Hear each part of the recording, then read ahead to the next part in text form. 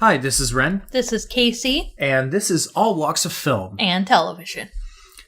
So we are talking about episode 3 of Black Mirror called Crocodile. Episode 3 of season 4. Yes. So this was a very different episode than the last 2 episodes that we saw, but, it's getting on similar themes that were addressed in the past episode that we just watched, Archangel, and the entire history of you. With the technology that allows you to sort of see other people's memories and thoughts. Yeah, I kind of thought where the episode was going to go was actually for the first time talk about the upsides of having technology like that. And I was really interested in that, and then that's not really where it ended up. It's Black Mirror to a certain extent. Like, technology is always evil. I really think that is a misperception of the show. It is. No, it definitely is. And to be fair, I think San Junipero was definitely an example of like, oh, technology can be good. But that was more of like an escaping reality form of technology as opposed to a being able to share your memories sort of technology. Right. So getting into the episode, it starts out this couple is completely high and they are driving back home and they accidentally hit a biker. And, at first we actually had to go back and watch the scene again because we couldn't tell what the heck was happening. I think that was very good because that allowed us to kind of understand the perspective that they were experiencing of, they're just kind of minding their own business, driving, then all of a sudden they hit something. Yeah, it was absolutely really well blocked and filmed and edited, for sure.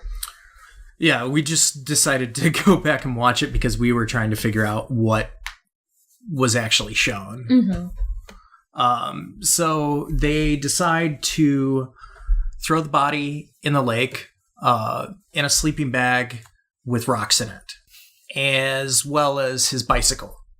And then the two split off, go about their own ways. The woman, I think, becomes she's like a motivational speaker, but she also runs like a housing industry. She's like a realtor or something. No, she's an architect. Okay. But she happened to be in a specific town for a forum. Right. Speaking on behalf of the architectural industry. Kind of. Yeah, it wasn't made especially clear in the episode, but the episode isn't entirely concerned with that. Right. I just wish it was a little bit clearer. Maybe that was because I wasn't paying enough attention. But that being said, the episode,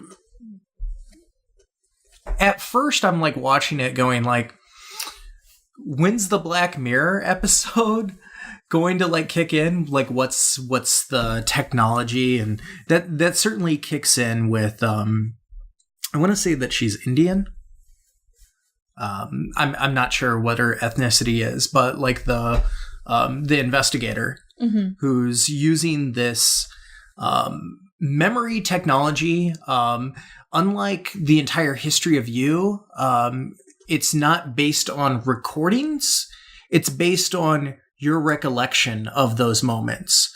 So however you remember a scene, it tries to gather that information, but it's not 100% accurate, which I thought was interesting, especially since, this is pulling from, a different sort of technology, as opposed to just recording. This is trying to interpret your memories. Right, because the technology isn't based on a lens implant. So it can't just record what's happening in front of it. Like we have seen in other episodes, Right. And so at first she interviews this guy that was hit by a pizza delivery truck. That didn't have a driver? it's a self-driving car. Yeah. That was kind of like the first hint of like the evil technology in this episode was the driverless car. Yeah, and if you've seen Logan, that's another piece of film this year that's kind of gotten at driverless vehicles, which is something that Google and Tesla are really trying to. A handful of other companies are also working on them, yeah. Yeah, well, I can see the positives maybe on like a rail system. Well, it's mostly for people who aren't necessarily able to drive themselves. So it's not about like the driver having no control, it's about the driver having additional control. Right, but I will say that machines fail a lot more than humans do. Well, yeah, but it is kind of a thing of like having a fail-safe, so then if you live on your own, but you're not necessarily in a physical or mental state to be able to drive yourself, to be like fully alert every second that you're driving, you have sort of a fail-safe system. It's also really nice for like, say, people who have seizures. I did hear about this woman who had seizures twice while she was driving a car. You know, and they were years apart. It's a very rare thing that happens for her, but she's an independent adult who needs to be able to drive. So having like a driverless car could help prevent an accident in that sort of a situation. Yeah. And the technology that the woman has, she's able to get like pieces of memory from like one person, which then leads to another person. And it's sort of this chain reaction thing that's going on where, she's able to pull from a lot of different viewpoints in like a certain scene. Mm-hmm. And that leads to our lead character in this episode. Did you catch Mia?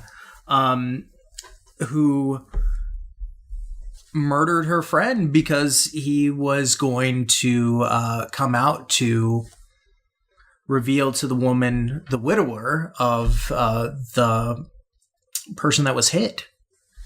And leave Mia out of it.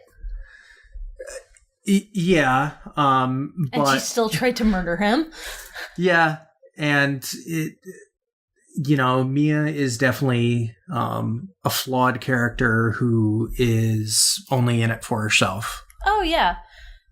It does kind of get to be ridiculous where it's like, okay, you had an accident one time 15 years ago, and to cover it up, you murder your friend / ex / good friend. I don't know what the relationship was. When he was not going to involve you in his confession of the incident, then you murdered the investigative reporter, and then you murdered her husband, and then you murdered her little baby. But you forgot the hamster, the guinea pig. But like at that point, it's just like, you're just a bad person. Yeah. And it was really interesting when, because when she was being interrogated and then it switched and then she was the interrogator, I thought it was really an interesting concept to see in Black Mirror, sort of like with Shut Up and Dance, people using technology against people. Mm-hmm. I mean, we saw that in Hated in the Nation and I guess several episodes of Black Mirror, but like people, sort of stealing technology to like use it against the person that's trying to use it to possibly get a conviction out of them. Mm-hmm. Which I can understand in the scene how, she definitely would probably be indicted based on her memory of murdering her friend. Right. So given the fact that we aren't given, what was the date that they said? They said how long had they been using? It was 15 years. Oh, they had been using the recollection technology for a full year. Yeah, I thought that was right. So it must have been under R&D for maybe 5-10 years or something like that before it came out. Yeah, definitely. Definitely reminded me of Minority Report, even though that's about future crimes. Just this sort of idea that your thoughts and stuff could be used to convict you. Yeah. In Minority Report, it's precognition. Like, there are these women that sit in pools and they just see murder in the future. And like in Battlestar Galactica? Yes. Awesome. And they essentially are able to get convictions out of people before they even commit crimes. And that was sort of a precursor to the War on Terror. Like, there was certainly commentary going on about that in that film. And, in seeing this, I could see this as a very useful technology, especially when there are specific events that happen. Sometimes it's hard to get an eyewitness, and this sort of bypasses that and tries to look at a situation from different viewpoints. Specifically that pizza truck scene. I thought that was a really interesting idea. Incidentally, the show didn't really get into this, but he was definitely trying to commit insurance fraud. The dude who got hit by the pizza truck? Based on literally everything we can see from everybody, to me, it looked like he was 100% at fault. He doesn't even, look at the road when he steps out. Did you happen to notice that? Even from his own perspective, he doesn't even, look both ways. This car is never going at a fast pace, and you can even see at the very end from her perspective. It's kind of too tense for you to notice it because you're really preoccupied with, is she going to slip up and remember something? That she sees him sort of throw himself in front of the car. Wow. I'm definitely going to have to watch this episode. Yeah, I'm going to have to watch it again. Maybe I'm wrong because I only watched the episode once. But by the end, I was yeah, pretty sure he was trying to commit insurance fraud. Now, I will say, if I wanted to talk about an issue with the episode, I feel that Mia was sort of unrealistically cold. Yeah, she talks about, I have a kid, I have a family, think about that. She doesn't give a shit about her kid. Yeah, I mean, she... And people like that do exist, and, you could see but the actor... But she doesn't even seem to care about her career, either. She is 100% a sociopath. Yeah, and I do think that was clearly shown in the episode, about that. I'm talking more of the writing. I think the actress did a phenomenal job with the material that she was given. And that was certainly conveyed. I just think that is sort of an interesting but yet problematic approach, just because you're following somebody who you can't empathize with for a really long amount of time. Yeah. Yeah. I do agree with that, and especially, I really wasn't that happy with the way the episode ended. With the hamster? Okay, I don't think that technology is gonna work the same on a guinea pig. Even with a human being, you have to be able to talk to them and coax them into remembering something. You still have to communicate with them, ask them to remember a certain thing, relate certain spells and hearing, and then, even then, it's still kind of fuzzy and hazy. I don't think you could just poke one of those things into a guinea pig's head and, there's a visual. Done. Yeah, I don't really know much about animal psychology when it comes to guinea pigs, but like I would assume that their memory isn't that strong. Well, they also have very different brains from humans. Yeah, that was a bit of a stretch. That was more than a bit of a stretch. Like, that could have been anything. Like, you could have introduced, like, some form of robot pet. Like, like those therapy seals? If they had something like that in the house instead, that could have been a little bit, but that wouldn't have fit into the, this is the technology we're introducing into this episode theme. I mean, to be fair, while I think CSI is oftentimes ridiculous in their way of solving crime, she did leave enough forensic evidence behind. Did she? She was wearing gloves. She had her hair pulled away. She, covered her face. That was the other thing, too. Like, her face was... No, because she pulled down the scarf after she killed the husband. Yeah, but, like, I would think that it would be easier to find forensic evidence like, a hair strand or something like that, or... Then hack into the mind of a guinea pig. Right. Especially because, like, their ability to see does not match a human's ability to see. I'm guessing it's a much shorter range of... Well, like, their eyes aren't... They're, like, biologically, everything about their visual sensibilities are entirely opposite. Like, we have eyes that are both trained to look directly ahead, whereas, rodents and guinea pigs have the eyes kind of pointing a little bit more towards the sides, like cows.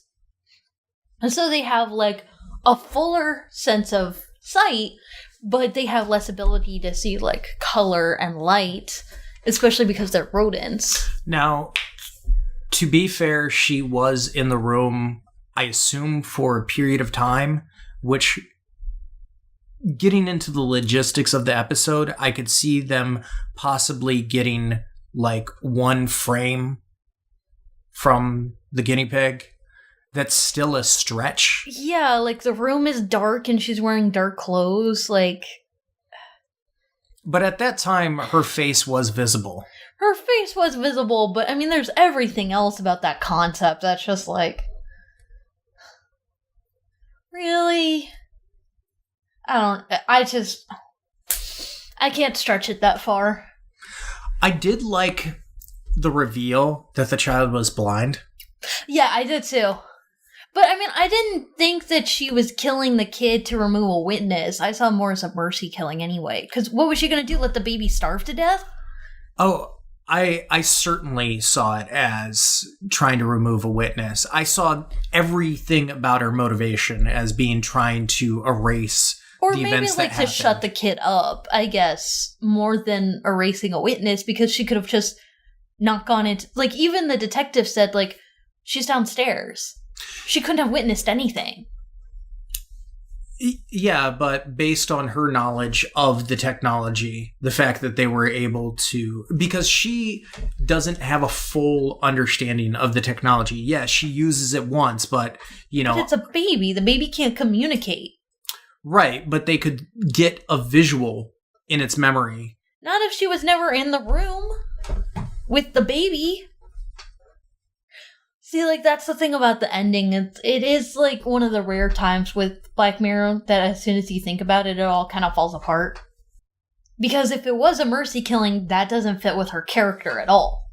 Right, because... But if she was doing it to protect herself, that also just doesn't make sense. So I don't really know how to consolidate that.